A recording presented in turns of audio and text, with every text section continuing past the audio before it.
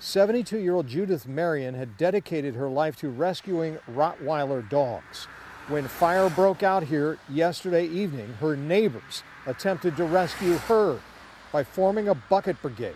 El calentón que tenía dentro de la ventana agarró fuego. Neighbor Neftali Martinez told WUSA 9 through an interpreter how he and other neighbors used the buckets of water in a vain attempt to save Marion and the dogs that were in the house. Martinez said flames raging from the windows made it impossible to get inside. These are images taken by first responders after they were called here about 7:15 Sunday evening. Marion and 2 dogs died.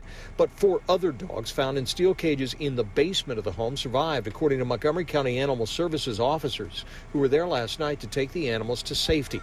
All the rescue dogs are okay, authorities said. According to friends, Ms. Marion had operated Nova Rottweiler Rescue League Incorporated for more than 30 years, working to save dogs from euthanization by finding the right homes when owners could not meet the demands of taking care of them. Quote, she rescued thousands of Rottweilers and had a heart the size of Maryland, said Howard County dog trainer Karen Decker. According to rescuers, excessive storage and clutter in the home made the firefighting difficult.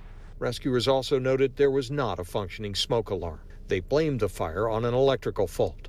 Marion and the 2 dogs that died were found on the first floor of the home, firefighters said. De comida para perros. Aside from the dogs, Marion lived alone, according to her neighbors. They said it was clear she loved the animals. In Darnestown, Maryland, Scott Broom, WUSA 9.